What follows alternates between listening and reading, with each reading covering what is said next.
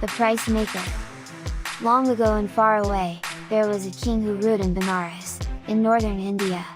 One of his ministers was called the royal price maker, and he was a very honest man.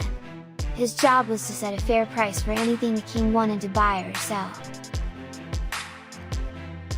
On some occasions, the king did not like his price making. He did not get as big a profit as he wanted.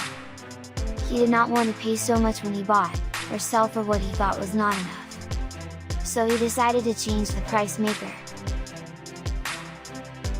One day he saw a nice looking young man and he thought, "This fellow will be good for my price making position." So he dismissed his former honest price maker, and appointed this man to be the new one. The man thought, "I must make the king happy by buying at very low prices and selling at very high prices." So he made the prices ridiculous, without caring at all what anything was worth. This gained the greedy king a lot of money, and made him very happy. Meanwhile, all the others who dealt with the new price maker, including the king's other ministers and ordinary people, became very unhappy. Then one day a horse merchant arrived in Benares with 500 horses to sell. There were stallions, mares and colts. The king invited the merchant to the palace, and called upon his royal price maker to set a price for all 500 horses. Thinking only of pleasing the king, he said, "The entire herd of horses is worth 1 cup of rice." So the king ordered that 1 cup of rice be paid to the horse dealer, and all the horses were taken to the royal stables. Of course the merchant was very upset, but he could do nothing at the moment. Later he heard about the former price maker, who had a reputation for being very fair and honest. So he approached him and told him what had happened. He wanted to hear his opinion, in order to get a proper price from the king. The former price maker said, "If you do as I say, the king will be convinced of the true value of the horses. Go back to the price maker and satisfy him with a valuable gift. Ask him to tell the value of 1 cup of rice, in the presence of the king. If he agrees, come and tell me. I will go with you to the king."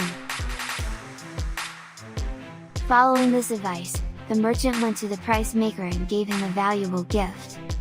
The gift made him very happy, so that he saw the value of pleasing the horse dealer. Then the merchant said to him, "I was very happy with your previous evaluation. Can you please convince the king of the value of 1 cup of rice?" The foolish price maker said, "Why not? I will explain the worth of 1 cup of rice, even in the presence of the king." So the price maker thought the horse dealer was satisfied with his cup of rice. He arranged for another meeting with the king, as the merchant was departing for his own country. The merchant reported back to the old price maker, and they went together to see the king. All the king's ministers and his full court were in the royal meeting hall. The horse merchant said to the king, "My lord, I understand that in this your country, my whole herd of 500 horses is worth 1 cup of rice. Before I leave for home, I want to know the value of 1 cup of rice in your country." The king turned to his loyal price maker and said, "What is the value of 1 cup of rice?"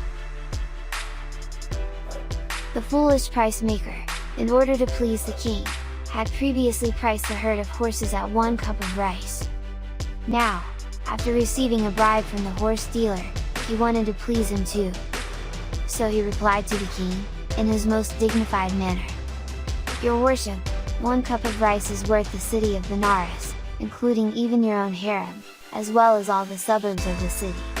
In other words, it is worth the whole kingdom of Benares."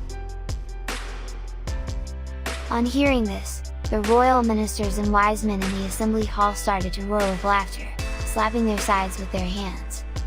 When they calmed down a little, they said, "Earlier we heard that the kingdom was priceless. Now we hear that all Benares, with its palaces and mansions, is worth only a cup of rice. The decision of the royal price maker is so strange. Where did your highness find such a man? He is good only for pleasing a king such as you, not for making fair prices for a merchant who sells his horses from country to country." Hearing the laughter of his whole court, and the words of his ministers and advisors, the king was ashamed. So he brought back his former price maker to his official position. He agreed to a new fair price for the herd of horses, as set by the honest price maker.